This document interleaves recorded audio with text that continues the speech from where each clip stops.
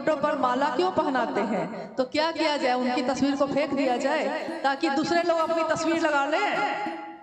हम शिव के शिष्य और हम सब क्या, हमारे बाद आने वाली पीढ़ी भी तस्वीर तो एक ही लगेगी और साहब और दीदी की लगेगी और किसी की नहीं लगेगी। ये हम होने ना देंगे, क्योंकि उन्होंने हमको शिव से मिलवाया है और किसी ने नहीं मिलवाया। तो हमारा मन क्या इतना भी कृतज्ञ नहीं होता है कि उनकी तस्वीर से भी दिक्कत होने लगी?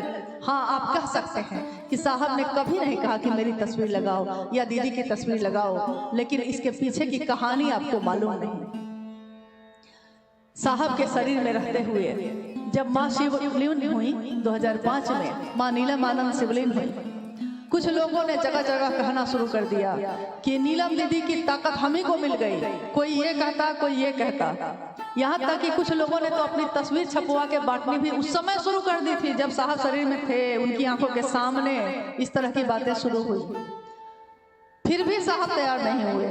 लेकिन बाद में उन्होंने कहा कि ठीक है, महादेव की तस्वीर तो लगेगी, इसलिए कि कोई शिव को गुरु बनाएगा तो वो प्रारंभिक अवस्था में जो शिव की साकार स्थिति है उसको समझ में आता है कि ये शिव की बात हो रही है, यही गुरु है, इनकी बात हो रही है। लेकिन गुरु से तो अंतर होना ही पड़ता है। उस शरीरधारी गुरु भी होगा तो अंदर से मिलना पड़ेगा उससे। शिव भी गुरु होंगे तो अंतर गुरु, अंतर से होना ही पड़ेगा, निराकार में जाना ही पड़ेगा। तस्वीर से मिलाप नहीं होगा।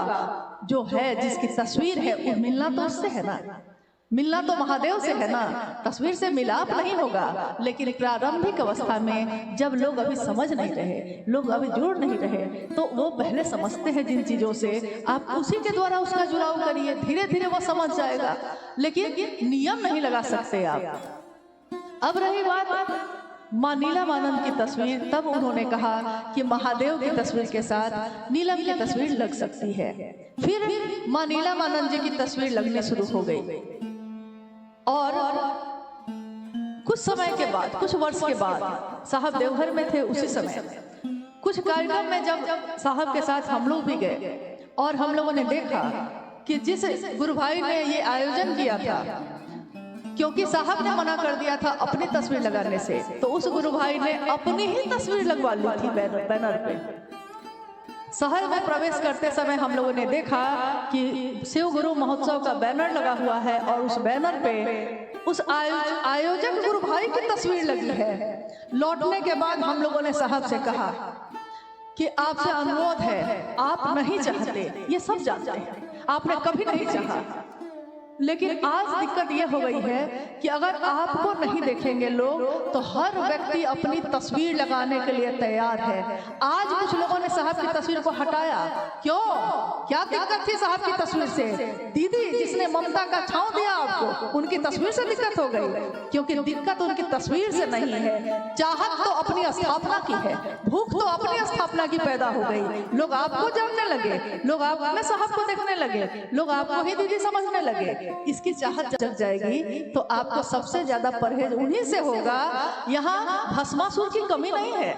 भस्मासुर ने तो महादेव से ही वरदान प्राप्त किया था और महादेव पे ही टेस्ट करने चला था। आइए महादेव आप पे रख के देखते हैं भस्म होते हैं कि नहीं। यहाँ तक की कहानी तो बहुत लोग जानते हैं, लेकिन भस्मासुर का हाल क्या हुआ था ये कहानी भी आप जानते होंगे। एक दिन उसने अपने ही सिर पे हाथ रख लिया।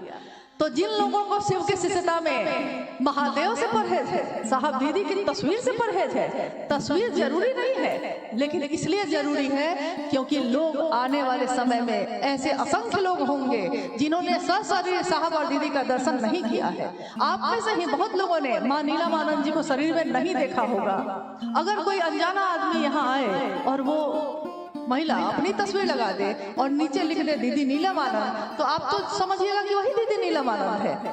तो लोग जाने समझें, सही चीज पे रहें, इसके लिए जरूरी है और ये व्यवस्था में किया गया है। खुशी नहीं है इसमें किसी को। साहब ने तो चाहा है महादेव की स्थापना हो, स्थापना तो महादेव की ही होगी और किसी की तो हो नहीं सकती। लेकिन जिसने बताया है उसके लिए कृतज्ञ भी नहीं होइएगा, उसके लिए एहसान भी नहीं मानिएगा।